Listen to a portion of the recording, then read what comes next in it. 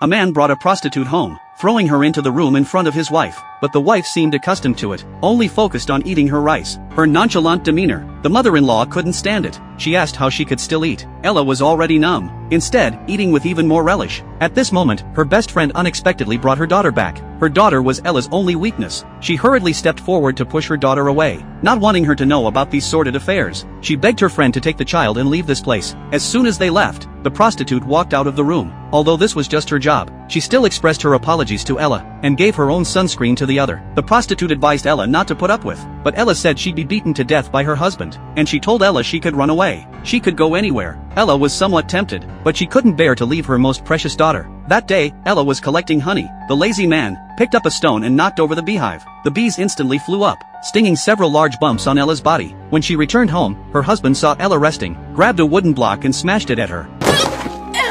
In the end, he even took hot sauce to reduce the swelling. At dinner that night, her husband's cousin looked at Ella with greed. Her husband had long seen through it. Using the excuse of taking their daughter out, he left the two alone at home. The cousin walked into Ella's room and vented fiercely. When the husband brought their daughter home, seeing the room in a mess, he kicked Ella to the ground. Then he proceeded to lock the door. Outside, the daughter calmly ate an apple. Already used to her mother being beaten, Ella lived in such an environment, doing the most tiring work every day, and had to endure the condemnation of the villagers. Ella was very envious of her friend who returned from the city, busy helping her tidy up the house, and bringing meals over every day. When the friend fell asleep, she even thoughtfully brought a pillow. When she helped wash clothes, looking at the white dress, her eyes were full of envy. But this day, after washing the clothes, Ella actually found her daughter's underwear. She immediately rushed into the room,